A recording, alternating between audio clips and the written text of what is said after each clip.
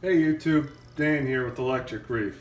So I just kind of want to bring a little update. We're at the 1 month, 6 day mark, and tank's doing really good. I'm loving the way everything's turning out, and couldn't ask for a better start. I am starting to see a little bit of brown algae happening on the rocks. I think it might be from ramping up my lights a little bit more than I had it for the first month, but I want my corals to grow. I want my corals to be getting enough light, and I think I'm set at a good point right about now. I would love to get my hands on a par meter just to kind of get a rough estimate of where I'm at, but for right now, I think I'm doing fine. Nothing seems to be bleaching. Everything seems to be doing really well. I did run into a little bit of a problem on Friday when I was doing my water change, a weekly water change. And whenever I do my water changes, I like to just really get into the rocks with the turkey baster and get some of that detritus and fish poop and food out of the rocks. Kind of keep my nutrients in check. I don't have any problems with nitrates, nitrites. My phosphates are still coming down a little bit, but I mean, it's to be expected. I do feed the fish kind of heavy, but for how heavy I feed them, I thought my levels would be a little bit higher. So everything was doing well, and I was cleaning out the aquascape, and I decided to hit the back part of the aquascape, which I haven't done before. Now, when I first put the first jet of the turkey baster back there, you wouldn't believe how much stuff came out from behind that rock. I mean, it clouded up a good majority of the tank. I was actually kind of shocked at how much was back there.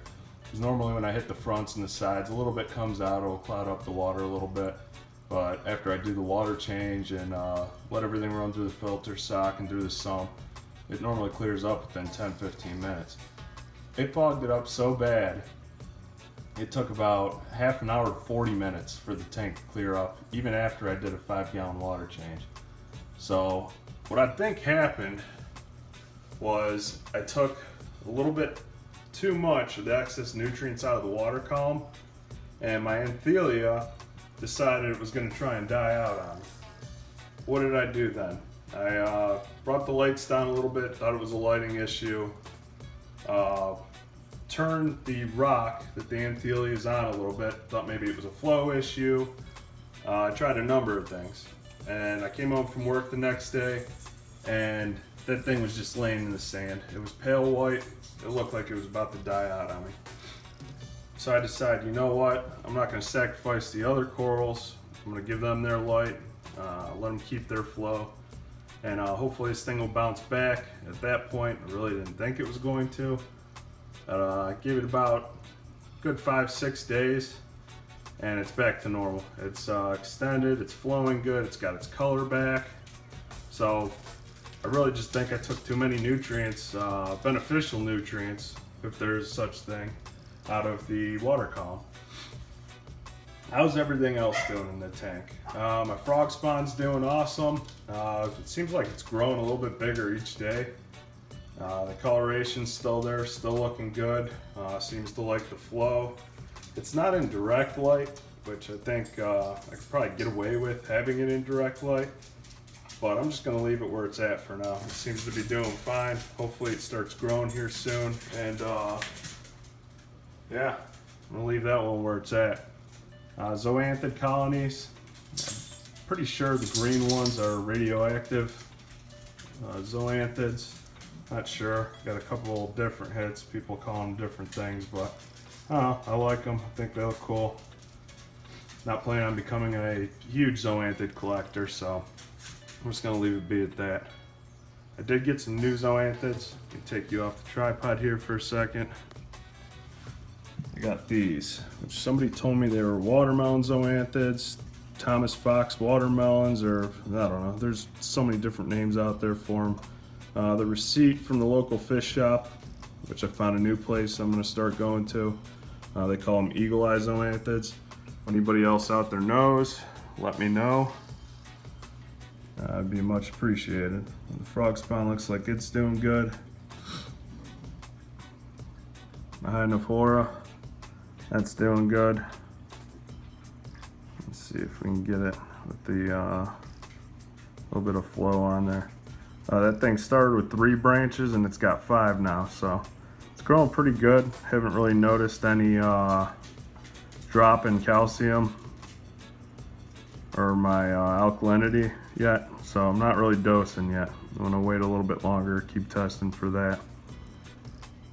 Now my anemone seems like it's doing good. I ramped up the lighting a little bit for it, and still doing really good. It's slightly bigger than when I first got it, but yeah, doing something right. A GSP, still got that rubber band to the rock. Plan on keeping it that way until the little edge over here quits lifting on me. Once it does that and I take the rubber band off, as long as it grab hold of the rock, then I should be alright. This GSP is growing real nice. It's starting to come downwards and crust downwards towards where that snail's at. Those things back there, I don't know if they're pallies or what. Nobody's really told me yet.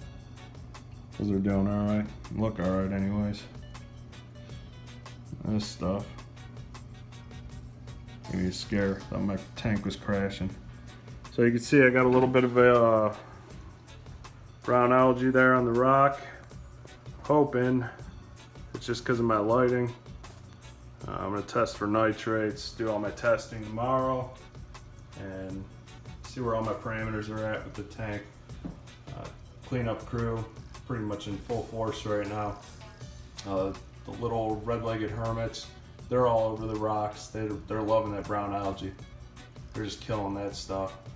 Every time I feed, whether I'm putting coral food in there or fish food, the Nacerius snails come out of the sand bed and they just kind of cruise around the sand bed for a few minutes and disappear. Turbo snails, they're all over the glass, pretty much anywhere there's algae, you can find them. So they're keeping things pretty well in check. So I'd say for the 1 month, 6-day mark, I'm doing all right. Things can change, but it's much to be expected in this hobby. So one funny thing, I got the 2 clowns in there, I got the damsel, planning on adding another fish here very, very soon, probably within the next 2 weeks. If you guys got a specific you'd like to see in here, if it fits into my fish plan, go ahead and leave it in the comment section. I'll let you know what I think, and I might get that fish. It's got to be reasonable enough for a 65 gallon though. But the one thing I found funny is I got these clownfish, and when I first bought them, they're juveniles, slightly smaller than they are now. And the guy at the local fish store asked me, well, what kind of fish do you already have in there? I told him I got a Azul damsel. It's a juvenile, very small. And he's like, I don't know if that's such a good idea. I was like, why do you say that? He's like, I don't know, damsels can be kind of aggressive, territorial. Tell you what, this thing's friendly as can be. Every once in a while I can get it to come up to the surface. If I got my fingers in there with pellet food, it'll come up and eat right out of my hand. I'm not at the point where I think I can catch it with the net yet, but damsels are notorious for being hard to catch when you need to catch them. But this thing hangs out with those clownfish like you wouldn't believe. It shows minimal territorial aggression when the clownfish swim by its cave opening. But you can see right now, they're all just kind of swimming together. They just hang out, chase each other. A little bit of aggression from the one clownfish towards the other, but these 3 fish swim together. They school together. It's kind of interesting and cool because it's completely defying what the guy at the fish store told me. So hopefully it stays that way. Hopefully a damsel doesn't get a change of heart and decide to start going after the clownfish or anything else in the tank. I'd say right now I'm happy with the way things are turning out. So I just wanted to bring you guys a quick update of the tank. I only got that little new Zoanthid edition in there, but it's a start, guys. I'm thinking probably 2 to 3 month mark is when I'll start really putting more coral in there and trying to stock up and kind of fill in the rock structure. I just want to wait it out. I'm trying to be as patient as I can with this tank. I don't want to put too much in too fast, end up overloading the tank. If I have some kind of new tank syndrome going on a month from now, that brings down what I have in there, yeah, I'll be devastated. But I can say I'm not going to lose $300, $400, $500, $600 worth of coral just because I made a mistake. So one thing I could put out there, if you get anything out of this video, be patient. It's working great for me. It took me a year to get this tank together, get everything in there, get it up and running and cycling. That took a lot of patience. Just be patient with this hobby, and hopefully you can have something that looks as great as this. I think it's great looking, especially for my first tank. And yeah, just be patient. Well, hope you guys like this little mini update. I'll catch you here about a week or so.